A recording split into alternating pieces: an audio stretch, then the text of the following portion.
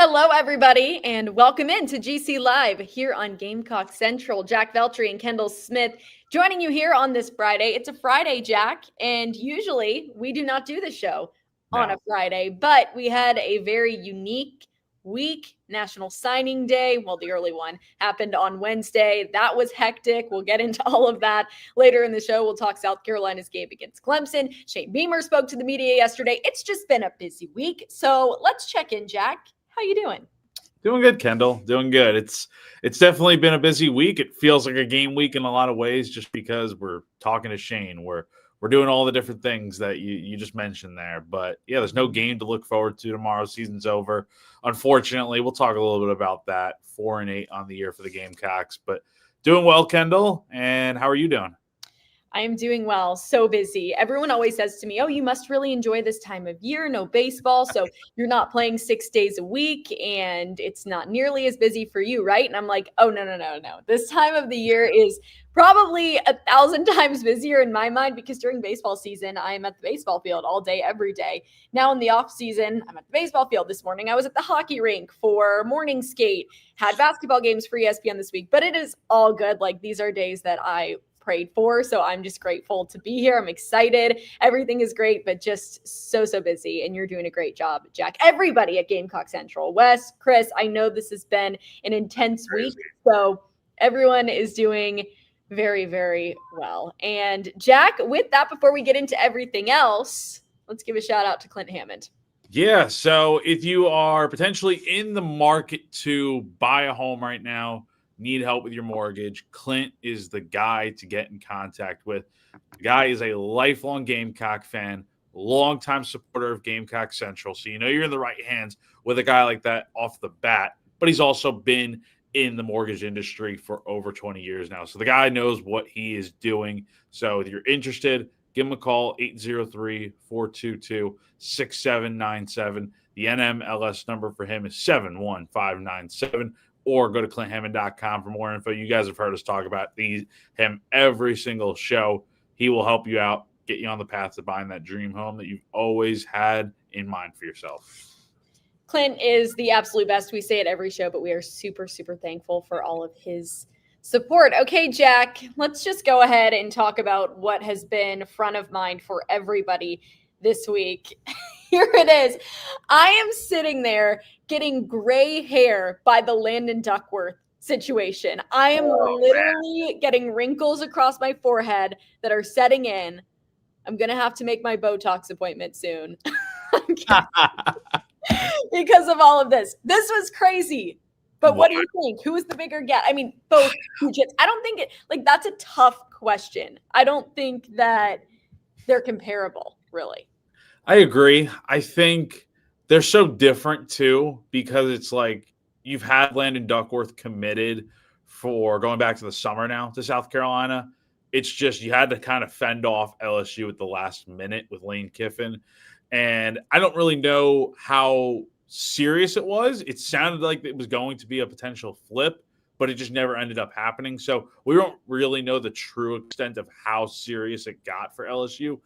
I would say on the flip side, though, and this is why I'm going to go with Julian Walker from Dutch Fork committing to South Carolina as the bigger get, because he had been committed to Michigan going back to July. And, you really had to push super hard to get him. He was here on, I think we counted it up yesterday on Central, 5 visits throughout the season. So he was here pretty much almost every single weekend at South Carolina games, watching the team play. And then he went to the Michigan-Ohio State game at the end of the year this past weekend. And you would have thought, okay, Michigan's getting the last chance here, last at bat to kind of do something here and solidify that commitment into getting him to sign with you on NSD. But ultimately, when he pulled down his sweatshirt yesterday, I was at his commitment or his decision ceremony, and he decided to go to South Carolina. That lit a big roar into that room filled with people. And then, it was just a big decision for South Carolina to get Walker, especially off the edge too. I think with Duckworth, we'll see what happens with Lenore Sellers if he comes back to South Carolina. I mean, Duckworth's probably not going to play much next year. I'd be surprised if he did. Walker, that's a day one impact guy. So getting him to flip to South Carolina, definitely a huge deal right there. Yeah, I think so too. And just any opportunity to flip somebody and be successful at that, that is very, very difficult. So for South Carolina to be able to stay in this one for the marathon, this was not a sprint, Jack, as you were saying. This wasn't last minute. This was a marathon for South Carolina. So credit to the coaching staff for being able to get this one done. And credit to Wes Mitchell, Chris Clark. They had this one on their radar for months. On every recruiting rundown that Wes and I would do, he would mention Julian Walker and he'd say, look, not so fast. As Lee Corso says, not so fast. We're not quite sure he's going to Michigan. And lo and behold, Julian Walker flips, commits to South Carolina. Huge get for the Gamecocks. And I think it just goes to show you, everybody, and I'm not here to preach or anything, but pump the brakes a little bit, okay? I was also admitting earlier in the show, I was getting gray hair. I was stressing out a little bit about it, but I saw everyone on social media being like, this is the worst signing day ever. South Carolina had the worst season, and now this is happening. And I get it. Like, I truly understand, especially with the Duckworth situation. Because with Lane Kiffin going over to LSU, that's the new shiny thing, right? That's like, okay, Lane Kiffin is at LSU and they're showing me some interest here. Could this be something that I want to do? Because that's what everybody's talking about. That's top of mind for media. So I'm glad that Landon Duckworth decided to stay. And I think that's valuable because South Carolina has shown they want him. They have proven that, and they have stayed with him even after his commitment. I mean, that's another one that was not a sprint. That was a marathon as well. That was an up and down recruitment process. They stayed with him. They got it done. And even at the last second, when Lane Kiffin tried to come in and poach, he wasn't able to get it done. Lane Kiffin has had a lot of things go his way this week, but that was not one of them, Jack. Yeah, you're right. You're right. That was, as soon, because I think it was what Chris and I were on 107.5 on Wednesday, the first day of National Signing Day. And Chris said there's some smoke with LSU and Duckworth. And I think everyone was kind of like internally like, oh no, like what's happening here? And then we meet with Shane talking about everything that's going on. I think there was just an overall feeling from that day of like, oh man, like this could be really bad. Like South Carolina could lose out on Walker because keep in mind, North Carolina picked up some steam going into Thursday as well. I think the guys on Inside Carolina with On3 had stated on their message boards that there had been some potential, a feeling heading their way of like, hey, like Walker could end up committing to North Carolina. Now that never ended up happening where Walker, like he had two hats up at the podium with him. It was Michigan and South Carolina. So North Carolina didn't end up making the cut in the end. But like, I mean, you could have potentially lost out on Walker and Duckworth. Instead, it turns out to be a great day because you end up getting both of those guys. So really cool to see South Carolina have a nice day.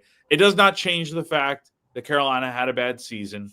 But I think one thing we can take away is that South Carolina did have a good recruiting signing day with finishing 15th in the national rankings, moving up 2 spots.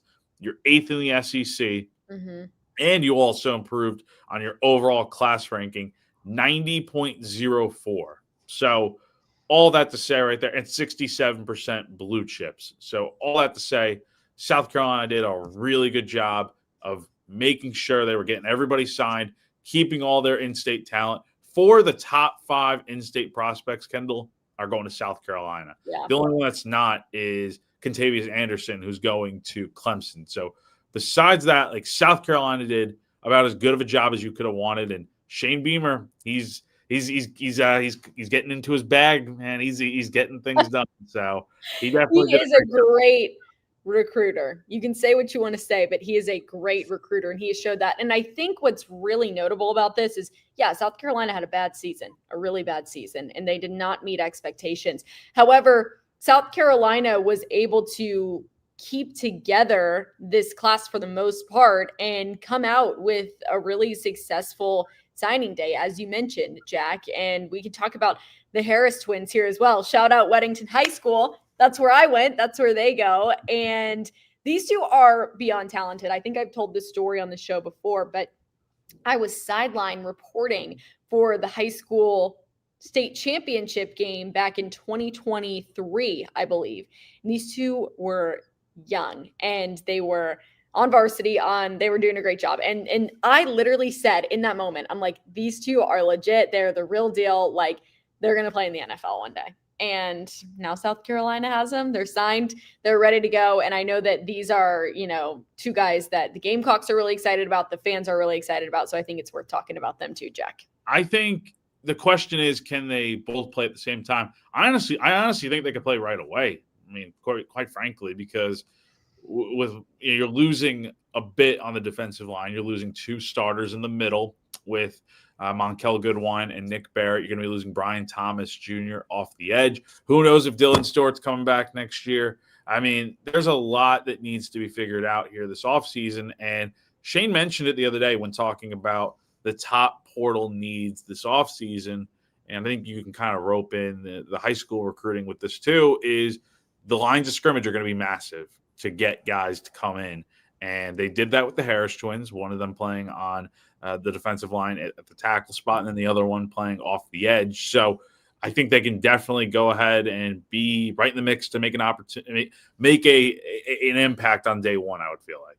Yeah, I think so too. Okay, you mentioned Shane Beamer and how he talked to the media yesterday, Jack. You were there. You were asking questions as you always do.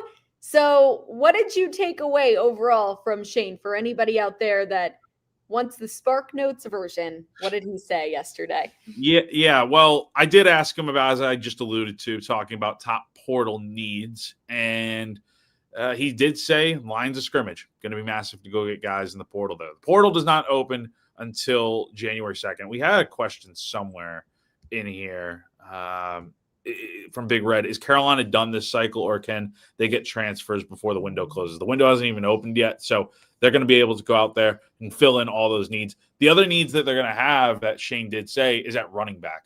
Notably, they did not sign a high school running back in this cycle. That's the second straight year that you have to go back to like Matt Fuller as the last guy that South Carolina signed from the high school ranks. And is it kind of a coincidence that Marquel Blackwell, the running backs coach of South Carolina, was fired yesterday? I think not. I think it's kind of just stems from the fact that the production hasn't been there, and then you're not getting guys in recruiting. That's not good. So I think they're definitely going to fill out those three needs. Shane was even asked, do they need to go out and get a quarterback? Now, keep in mind, this was before Duckworth had officially signed pen to paper with South Carolina. But it also really depends on what Lenore Sellers is doing and things like that. So it wouldn't hurt South Carolina to go into the portal. Makes that decision a lot easier if Lenore isn't coming back. But I still feel like even if he does, I think it wouldn't hurt to go get a portal QB to kind of create some more competition in there. Another thing I asked Shane about was how the OC hire is going. To this point, we are 6 days into this thing now since the season ended. Still no OC hired officially. You see jobs around the country are opening up now at Ohio State, Oregon, Texas A&M. All those schools have an OC hire to make this offseason. And you could say, Kendall, those jobs are far better than South Carolina. So the competition's picking up. I think they need to get this hire done as soon as possible. Shane said he's going to take his time on it and not rush to make this hire on an impulse decision, which I think is kind of what got him into this situation in the first place, is promoting Mike Shula, even though I think at the time it was the right move. But those are probably the main takeaways. A lot of talk about the different guys that they're bringing in. He likes the added depth they brought in the DB room. And again, this was all before Duckworth signed. You had Julian Walker still kind of figuring out some things, but it's been a good start to the offseason for South Carolina, but we're still waiting to see who they're going to hire as the OC, and then from there, hire now an offensive line coach as well as a running backs coach. A lot to get into with that. The OC search, the transfer portal, Lenore Sellers, is Dylan Stewart saying, everybody, you thought we had a lot to talk about during the season? Just buckle in, because we are going to have a lot to talk about, especially over this next month or so with the transfer portal being in full swing. Okay, let's start here. Let's start with the offensive coordinator, because I think that this is something we talk about every week, but it's top of mind for most people watching the show. Best case scenario for South Carolina, Jack, for an OC. Who is it? And make it realistic because, as you said, Yeah. other teams, other schools, Other you have the opportunities open too. Honestly, I haven't really seen Jason Beck, the offensive coordinator from Utah, who has the connection to Lenore's. I haven't seen his name pop up too much lately. Like, I know Chris did like a little bit of a report a few weeks back during the season, but I haven't really seen that name pop up lately. You've got John David Baker from ECU that caught some steam this week, but who knows if he's going to end up at South Carolina. The name I think that would be really good would be Kevin Decker from Old Dominion. I really like what that offense did this year. Had a really good season, mind you. I mean, Old Dominion was pretty solid this year.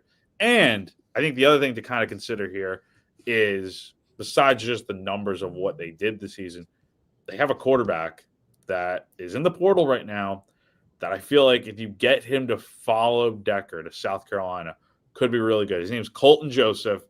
Threw for over 2,600 yards this year. Completion rate was not great, 59.7%, 21 touchdowns, 10 picks, only sacked 16 times. Here's the great thing, Kendall. He rushed for over 1,000 yards this year with 13 touchdowns. So when we talk about the type of season we thought Lenore's was going to have, I think this is what we envisioned, like a really good rushing season plus some good, numbers through the air. So I think you see it in college football in the SEC. You see John Mateer and Ben Arbuckle. That dynamic from Washington State translate over pretty well to Oklahoma, to where they're a playoff team now.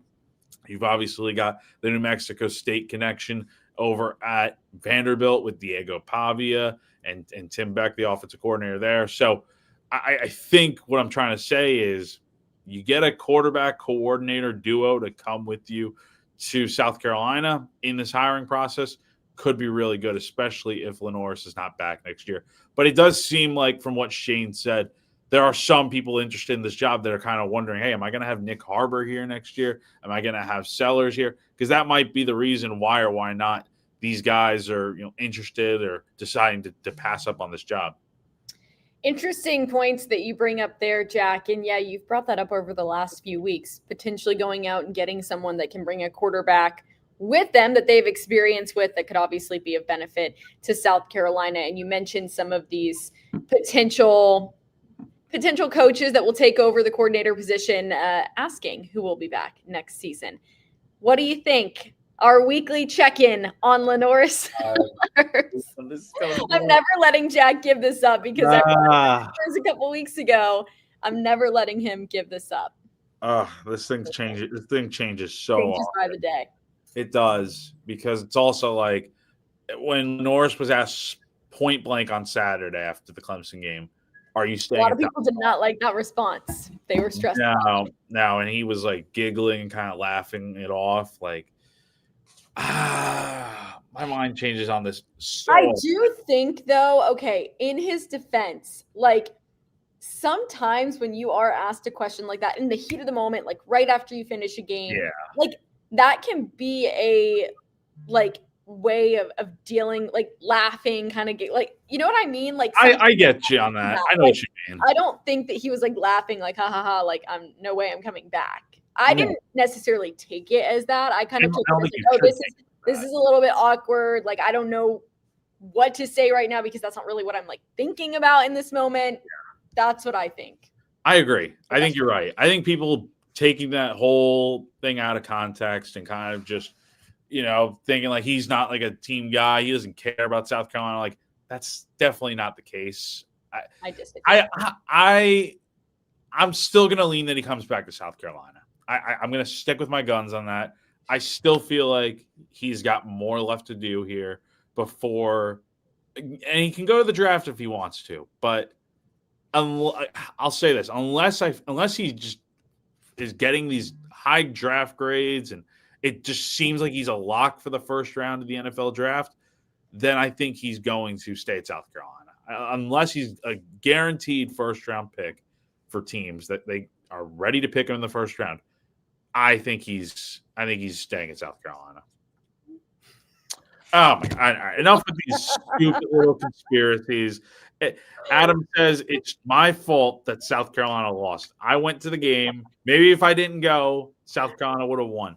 well, Too good. maybe don't turn the ball over 4 times. And Don't worry, everybody. Next year, the game is at Clemson, so South Carolina should win that game, okay? That's just the way that this series has gone over the last the law of physics. Several years. I can't even, I don't even know if it's worth rehashing too much at this point, Jack. It's just beating a dead horse. South Carolina didn't play great. Clemson did. That's the end of the story, in my opinion. Move on to the offseason here. It was just a bad season, Kendall. I mean, any last words?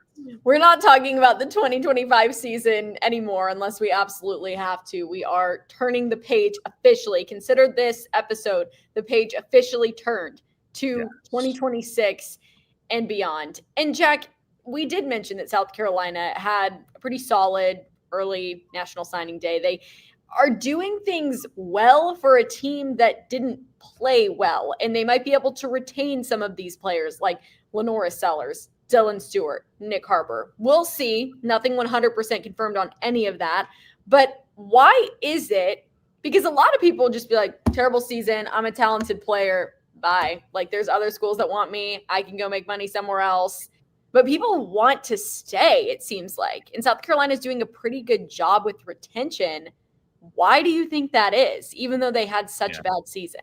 It's hard to say because it's like they did have such a bad season, but yet everything Shane says, and who knows how true it is or whatever, it could just be coach speak, but it seems like things are going well in terms of, you've had a few guys enter the portal so far, but let's be honest, it's not like any of the guys like Xavier Hardy and Nick Sharp are not necessarily going to be you're some people were commenting like, who is that? That's the type of impact. Neither of those guys made a significant impact this year, so you're okay with it. Now, other hand, if you lose a guy like, as Big Red says, is Nick Harper going to leave or stay? You lose a guy like him, well, that could be certainly a tough pill to swallow because he was your leading receiver this season. So we'll see. I don't think necessarily we can assume that how is South Carolina getting everybody to stay? Because also we still have about a month until the portal opens. So by then we'll have a better answer of, okay, has Shane really done his job in keeping these guys around? Because Dylan Stewart, Harbor, Sellers, last time I checked, they still have big decisions to make with their futures. Brandon Cisse as well, Jalen Kilgore. If they manage to keep most of that core intact heading to next season, then I will say, and maybe it's a result of the culture that they have. Maybe it's a belief in the program that things will be better next year. I don't know. But as of right now, I mean, but even from a recruiting standpoint. Oh, even from a right now, you think that you're in decent shape with Lenora Sellers or whatever it might be, but then you're also looking at what South Carolina did on Wednesday, and you're like, okay, that could have gone way worse considering the season. So what is it that you think made these guys want to stay? I just think, again, it's probably that message of, hey, I think we've heard Shane bring it up a few times throughout the year when things have been going bad, is hey, you could be the piece that comes in and helps us get back on track. I think these guys know that. I mean, we heard Julian Walker talk about yesterday. He knows it's going to be a little bit of a rebuild this offseason after a bad season to get things right. And I think they certainly can. I think they've got the talent. I don't think the talent has ever been the question. The real question is going to be, as Adam Ritter says here, do you trust Shane with these hires? And he's got some huge decisions to make this offseason. I think heading into the next season, so much of what South Carolina can be is predicated on, do they get the right OC? Do they get the right O-line coach to develop these guys? We know South Carolina can recruit offensive linemen right and left, but the problem has always been development and turning them into stars on the field. So it's going to come down to the hires. I don't question the talent. I think they've got a lot of it all over the place on defense and offense, on special teams. It's just a matter of whether or not you got the right coaches in place to help develop these guys. And I think for the most part they do, but now you got to hire 3 new coaches. Well, it will be a busy holiday season for South Carolina and Shane Beamer. And speaking of the holidays, Jack, that leads us to give a shout out to our lovely sponsors. If you're looking for gifts, our first sponsor here might be able to help you out a little bit.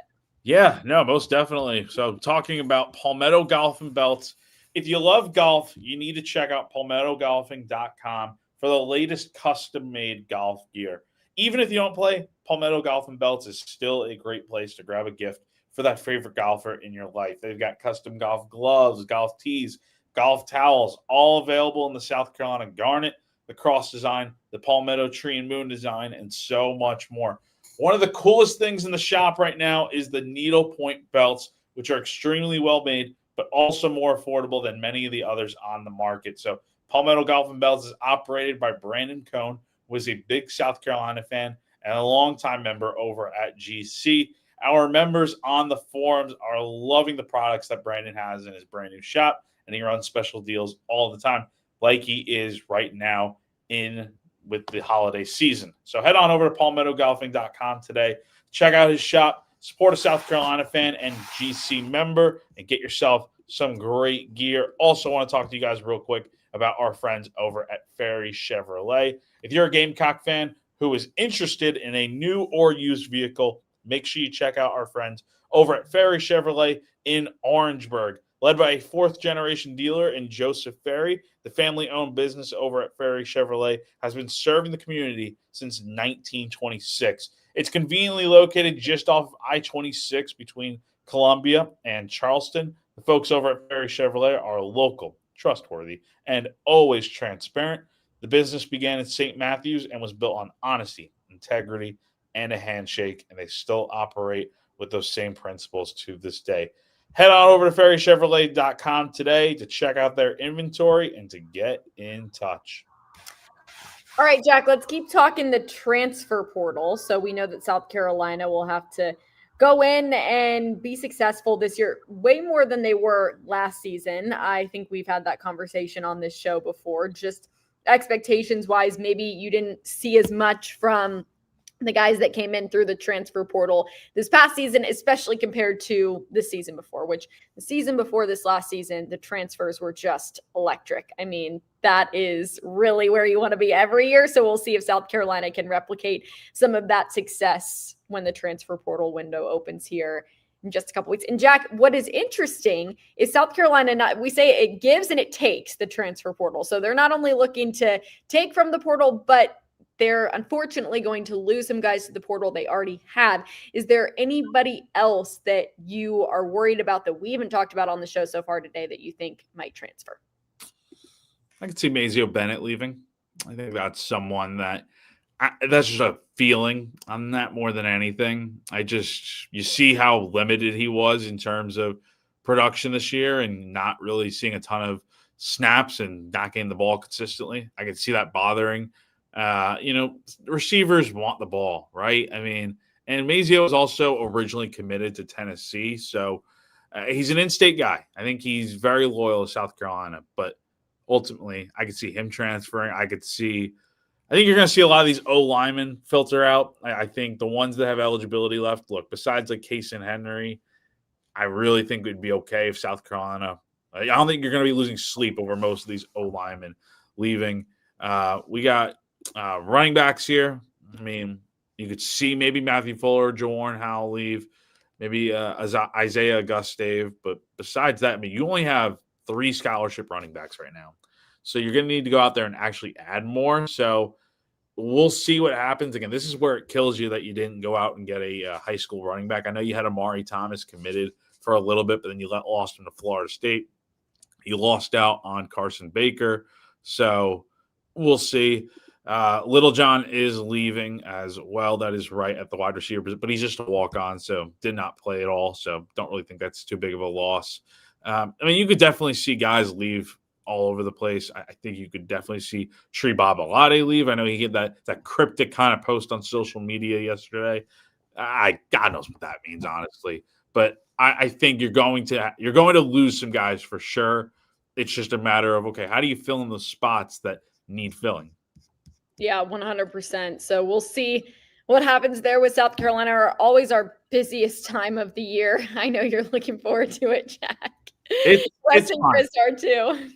I think Chris and Wes have taken a bit of a beating so far. I think I heard them yapping the other day on GC Live about how Chris's head's been hurting, which he did tell me the other day. He had not a migraine, but he had a big headache on National Signing Day, of course. And then Wes wasn't even in studio the other day at 107.5 after his what looked delicious Hall's meal at Hall's Chop House. So I hope both those guys are doing okay. I know it's strenuous this time of year, but It is. we are grateful for them We and are. all they do. And I mean, yeah, I mean it's a busy, it's silly season for a reason, right? It's insane, and it's only going to get more Silly insane. season. Yeah, silly season. I think I some like people call it that, but like that. it's gonna get crazier when the portal opens. Yes, that is always a very interesting time of the year, a stressful time of the year. I do not envy college football coaches, especially. I mean, I never envy them ever because I think it is so stressful, but also I don't envy them when the portal opens and you're dealing with all of that. We talked about this a little bit. Harris twins, you say, could make an impact day one. We don't know what the quarterback situation will look like, so it's hard to say with Landon Duckworth what will happen there. Guy like Julian Walker, you have. Anybody else you think could be a day one impact from South Carolina's signing class so far? Definitely Walker, probably the Harris twins. I might be missing a few guys here, so apologies. I think any of those DBs could potentially. I think Jazavian Current is going to be one, no doubt about it, from South Point and Rock Hill that will 1,000. If I'm putting money on somebody to come in and play right away and make an impact, it's either Julian Walker or Jazavian Current. 100%, like no question about it. There we go. You heard it from Jack. Hey, this is interesting. What do you think about this? So Shane Beamer is like not messing around, as all of you probably already know. He is telling everybody like this time next year, South Carolina will be in a very different situation. And he is not just saying that, he is promising that to fans. He's guaranteeing. I think he used the word guarantee. So that is Shane Beamer's guarantee. What do you make of it, Jack? I mean, look, what's he supposed to say? Like South Carolina's gonna be bad next year? Like, no, like, he's gonna go. Like, I can't take fans seriously or anyone that just says like, like he should be negative right now or what's he talking about? Like, he's insane if he thinks South Carolina's going to the playoff next year. Like he's supposed to be confident. But if he didn't say that, like, what would people say? They'd say, oh yeah, Shane Beamer has no faith in this program. Why is he the head football coach of this program? Why is he still employed at South Carolina? Like, what do you want him to say? It's a battle you cannot. He does, darned if he doesn't. Exactly.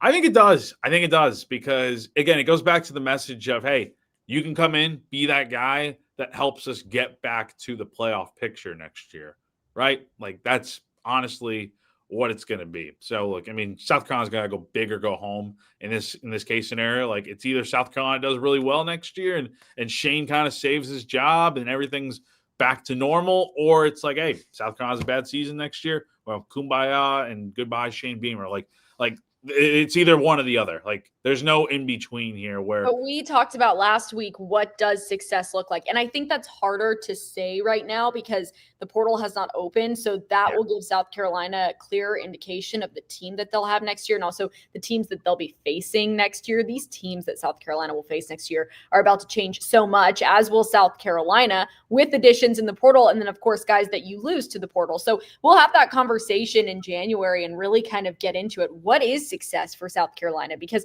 realistically, is it the college football playoff? I still think it's. I don't think it is. Like, I'm just I don't know 100%. If South Carolina goes and crushes it in the portal, they had a great signing day. Maybe you could sit there and look at the other teams and say, yep, college football playoff or bust. But I don't know if it's really fair to say that. And I love that Shane Beamer saying it. Say it. Like, go out there, say it. Do what you got to do. Have that confidence in your team. That's what the head football coach of a program should be saying in this situation. But I don't know if that is I don't think that if Shane Beamer makes the college football playoff next year, I don't think people are expecting that. And if he doesn't, I don't know if he's going to be fired. Like, he can't obviously not go to a bowl game. You've got to go to a bowl game. Yeah, have to go to a bowl game. Get to 6 wins. Does that secure your job? 7 or 8 wins. I think South Carolina's schedule is also very. Well, we will talk about this more in depth in January, but it is we could probably have a whole show on this. Yes. What is genuine success for South Carolina next season on a realistic level? I would say 8 wins. I think you got to get to 8 wins to at least feel like, okay, we flipped the record around, right? Went from 4-8 to 8-4. Like that's a big win right there. The thing that I worry about though, we know Shane and South Carolina have typically gotten off to slow starts in the month of September. South Carolina could get to 8-4, but will Shane be around to see it is the question. If South Carolina starts out, let's say 1-3 or 2-3, and then they go on a run. I mean, would he be around? That's the question is what if they get off to a slow start? So I think if you let it play out over a full season with him, 8-4 needs to be like what happens. Like 8-4 or better would definitely keep his job secure heading into 27. Anything less than that, like if you're barely making a bowl game, I don't know. It all goes back to Jeremiah Donati did not hire Shane Beamer. This was a Ray Tanner hire. And it's like, what does he expect? Does he expect just to make a bowl game every year, knowing that like the SEC is really, really tough? I can't answer that because I'm not Jeremiah, but I feel like for South Carolina and Kendall, I'd like to hear your opinion on this. I do think it is like 8 wins or better. Yeah, well, I want to go back to your point. Like, if Shane Beamer isn't there midway through the season, like it's hard to say because South Carolina could put up 21 points through its first 4 games, and then you're having a completely different conversation, like 21 total points. Like, so it's hard to say, but for the most part, like I just don't know how I feel about like firing a coach midseason unless things are going like horribly wrong. Like I just genuinely am not like really what is that going to do? Like at the end of the day, if you're South Carolina, now you have seen scenarios where there have been coaching changes mid-season and things turn around in an instant, but I don't even want to go down that rabbit hole because then that's just us speculating on what could and couldn't happen. South Carolina has a tough schedule. I'm not making any type of excuses for them at this point. We say that every single season. I think 7-8 wins is fair. I think if South Carolina gets to 7 wins, the job is safe. I don't think you can barely like get into a bowl game, but I think if it's a 7-win season for South Carolina, they're going to a bowl game that is not, and I know I always use this bowl as the one bowl, and I'm so sorry, but like the Birmingham Bowl. You know what I mean? Like you're going to maybe something that's a tier up from that. I think that is safe territory for South Carolina next season. But if you go in and crush the transfer portal, because what you can't have, it's 2 things, right? You can't poorly recruit and just not have the talent. That's going to get you nowhere. But then I think it's even like worse when you do have the talent. And that was what was so frustrating about this past season. It's like we would say it all the time. Yeah, you look at this team on paper. This is a really good team. Really, really talented players. There's a lot to work with here. And then it just wasn't connecting on the field. That's frustrating. If you crush it in the portal, sign a bunch of guys, 15th ranked signing class across the country, and you still go out and play badly next season, then that becomes a coaching issue. But if it's a talent issue, that's a whole other thing. Yeah, no, you're right. Totally. I mean, spot on as, So nothing more to say there. Like it was. But I feel like Jack is always like your mic dropping. Okay, let's talk about the college football playoff rankings and this weekend really quickly before we get out of here, because Jack and I will not have Before the Sandstorm. I know. We won't be having it this weekend. So we will talk about this right now. I don't know, Jack, maybe we should do some like specials come like college football playoff time. Why not? Would anyone be interested in that? I know that like you guys really like for us to talk about South Carolina. Obviously, this is Gamecock Central, so some people do not like it when we start to talk about college football as a whole. Yeah. But if you would be interested in that, we can still talk about South Carolina, but maybe we can do some like day of game type of stuff. That would be fun. And just talk about like college football as a whole. Because sometimes when we just get to talk about, Jack is involved in the day-to-day of South Carolina. I was for several years, and when we're talking about it, sometimes, it's something we do every single day and we love it. But when we're talking about college football as a whole, I think we really can get going there. So maybe we'll do that. Okay, let's talk about it. College football playoff rankings. Last year at this time, we were talking about how South Carolina was unfortunately getting, I don't know, like South Carolina was getting the short end of the stick. So who's getting that this year? Oh, I think Miami probably is getting the short end of the stick.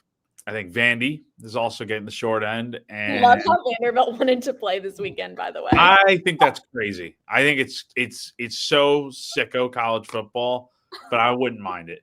And I also think Texas is getting the short. Pure entertainment of it. Yeah. Like the teams that are on the outside of the bubble right now, just like they were last year, are not getting in. Like the Alabama last year, Ole Miss, South Carolina, all got left out when they were already on the outside. So, look, I agree with this take here from EXO. I think Vandy does deserve better, but it's like. Well, what was the whole – so they said – this is what made no sense to me. Alabama ended up coming out better because they beat Auburn, who is not that good, and then Vanderbilt beats Tennessee. But then the committee says that Tennessee isn't as good as everybody thought, so that win counts for less? I don't get it. I truly don't get it. I think that's a signature win right there, and it only hurts Vandy because Tennessee's out of the rankings right now. That's not Vandy's fault that they smoked Tennessee. It's just the way it goes. So what are they supposed to do in that situation? Like Vandy doesn't have any real quality wins right now. They don't have the top 25 wins that you're looking for. Like they lost to Texas, they lost to Alabama. So I think, unfortunately, Vandy's going to be out. And I think that means you get Notre Dame in. Now, if BYU beats Texas Tech this weekend, then I think you're getting two Big 12 teams in. I think you honestly knock Notre Dame out because I think Notre Dame's probably the last at-large team probably getting in right now. So we'll see. Right or wrong, I don't agree with Notre Dame being in, but it's the way the committee sees it right now. Well, this will be a great college football playoff regardless. I'm just excited to watch it all play out. No stress on my end. Actually, a little bit of stress on my end because my family, parents went to Indiana, brother went to law school, Ole Miss. So lucky them, they get teams in the college football playoff. I'll have to decide which one I end up rooting for. I will root for Indiana, obviously. Indiana. So we both have Indiana in staff pick. I think Indiana is going to win. I think Indiana should win against Ohio State this weekend. Jack, I am going to be so stressed. When I was younger, I was the biggest Indiana Hoosier fan. Obviously went to South Carolina, so like my allegiance switched, and that's where I wanted to go. Everything was great, loved it. But I have a place in my heart for the Indiana Hoosiers. There are pictures of me. If Indiana wins this weekend, I will drop the photos. I had like bangs. I was like 8, 9, 10, God. Loving life in Bloomington, Indiana. Loved the Hoosiers. And that side of me is starting to come out. I'm not jumping on the bandwagon, by the way. Definitely not the bandwagon. I grew up learning to not like Ohio State. That was always what my parents told me growing up. And so I just feel like Indiana has just always been kicked off to the side. Like Indiana has never been very good, so they don't deserve the spotlight until obviously now Kurt Cignetti is killing it. They never deserved the spotlight because they were bad. But I just always felt like for some reason Ohio State just looked down upon Indiana, and it was always like no respect. And so this weekend I am praying. Like I will be upset genuinely if Indiana doesn't win. Like I'm usually neutral in most things, like okay, whatever, but I will be sad. And I think they can win. I think, okay, Julian Sayin, this is my thought process on this. Julian Sayin is talented, but Julian Sayin has Carnell Tate and Jeremiah Smith around him. Mm-hmm. I genuinely believe the more talented team in this scenario, unbiased opinion, I truly believe is Indiana. You can give it unbiased because you picked Indiana and you have no ties to Indiana. Exactly. I just think Indiana's going to win. It's as simple as that. I don't think they're the better team necessarily, but I think they're going to win. I just do. I am so anxious about that game. I can't even talk about it. 8 o'clock tomorrow night. So it's a long time. I can't talk about it anymore. I have a hockey game at 6, which will probably end at 8:15, 8:30. Immediately, I am driving home to be with my dad for this because and my grandpa, my 92-year-old grandpa, who is the best and has been an Indiana fan for his whole life. He lives in Indiana. He is with us this weekend in North Carolina. So I'm hoping that works out. That's the big game of the weekend. You've got some other good ones, obviously, on the slate as well. All talented teams across the board. Let's talk SEC just because South Carolina, SEC, Georgia, Alabama. I picked Georgia. Who you got? I picked Alabama. I think it's this game. Both teams are well. The interesting thing is what happens if Alabama loses this game. I still think Bama gets in at 10-3. You can't really knock them for losing in the conference championship game unless they get blown out. Then I think that changes everything. But I think Bama's going to win, and that'll end that little debate right there. I think that the College Football Playoff Committee should have a live stream. Oh my God. As they are making these decisions. I'm not kidding. Hold them accountable. I would love to see You're making the decisions behind closed doors and nobody knows what's going on. And then all of a sudden you come out with these rankings, you come out with your decision, and there isn't I don't want to say there's not backing behind it. There's a reason for everybody, but there needs to be some explanation going on because good and well, just like it happens every single year, some team will get left out that didn't deserve to get left out, and there's a whole ordeal. Okay, I know someone commented earlier we can't talk about it, but we're going to talk about it because it was the biggest news of the week in college football. So if we didn't talk about it, that would be crazy. You and I both said that Lane Kiffin was going to stay at Ole Miss. Yeah, we did. We were what? Sorely mistaken. I don't know. You should have known better. I fell for the whole Lane has changed. He loves Ole Miss. Yeah. How did your brother react when my brother was just because he went to Ole Miss. So actually my brothers, this is how funny Ole Miss fans are. And I think this just illustrates SEC fans in general, college football fans really. My brother's roommate from law school had his first child. Congratulations to him and his wife. They had their first child, a son, born on Monday. And he posted on Instagram, right? And you would think it'd be birth my son. And it they did that whole post. But his first post was, the only era that my son has been a part of is the Pete Golding era. I thought that was just too good. That is too funny to me. So yeah, congratulations to Tyler and Madeline. They're awesome. And I thought that illustrated it all perfectly. My brother was basically whatever, Pete Golding. I think most of the people that I know that are Ole Miss fans, that's how they were. They're let's just go. And I did appreciate how he canceled his press conference. I thought too much has been going on and the attention needs to be brought back to the team and what they've done this season. But agreed. I do think, this is my opinion on the subject, I know people agree with what Ole Miss's athletic director did in terms of his decision of not allowing Lane to coach.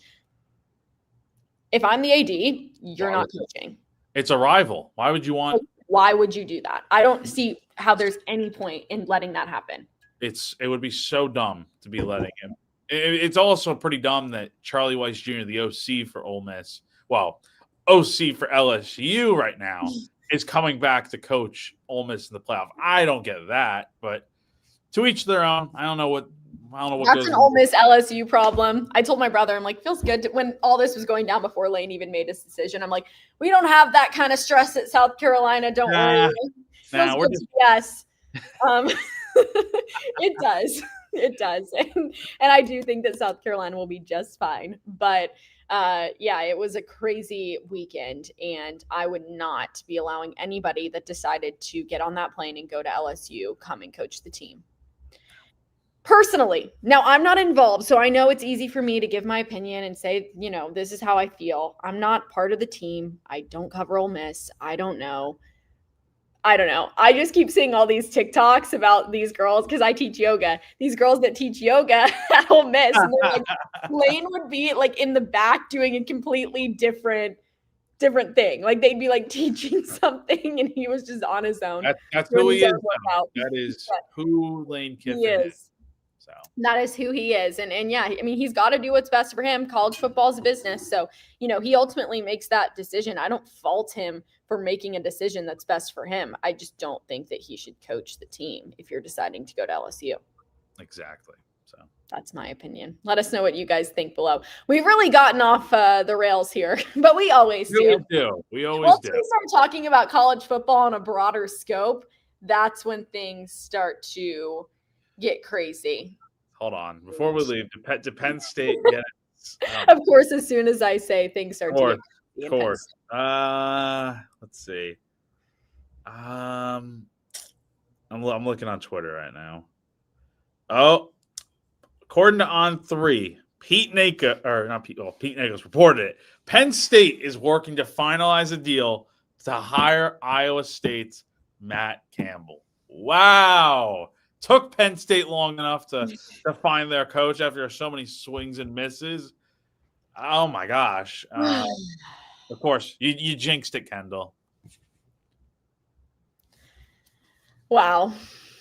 Guys, this does crack me up. At least it's still football. Yeah, it's not baseball. Does anybody want to talk about baseball? Let's get into it. The winter meetings are next week. Yeah. All right. We need a full baseball show, and then whoever wants to come on. We'll get to those in the spring for sure. So. The drama is off the charts. The drama is just insane. I would like to volunteer as the person who's like Jesse Palmer on The Bachelor or The Bachelorette. Yeah. I'll be the host. I know they've done like documentaries, but I'll be the host. We can go around the country and we figure out different things are happening and do a reality show of college football. Every team has to participate. Every single team. I'm sure they would all be wanting to do that, right? Yeah, I think so. Grab the popcorn reminds me of Lane Kiffin before the Alabama game. He was like, and then Alabama just proceeds to crush him. Yeah. Oh. Guys, we're in silly, goofy moods now. No game to talk about this weekend, so this is what you get from us. Where we're at, so this is where we are at. I love that you guys are jumping into like this. I know. You know what? We are nothing without our members and the people that comment here. So, and we want you guys to know us like for us and what we do. Jack is a big Buffalo Bills fan, big New York Islanders fan. He's got his Bills sweatshirt on right now. Yeah. He's feeling great about the Islanders and their big win last night. So, yeah, we're excited about softball. Can't wait for that. Women's basketball, crushing it as always. We're not going to talk about men's basketball right now, but we'll probably talk about that later on. We'll have baseball to talk about. The fun is just starting, everybody. Okay? Get ready for it. And we're so excited. We'll be back next Wednesday, most likely. We'll be back on a normal schedule next week. So this week was just different because of National Signing Day. Yes, this week was different. Wes and Chris, we got bumped. The B team got bumped to the show. All right, everybody, we're going crazy now. All right, thank you so much for joining us. For Jack Veltri, I'm Kendall Smith. This has been GC Live here on Gamecock Central, and we'll see you guys next week. Have an awesome weekend, everybody.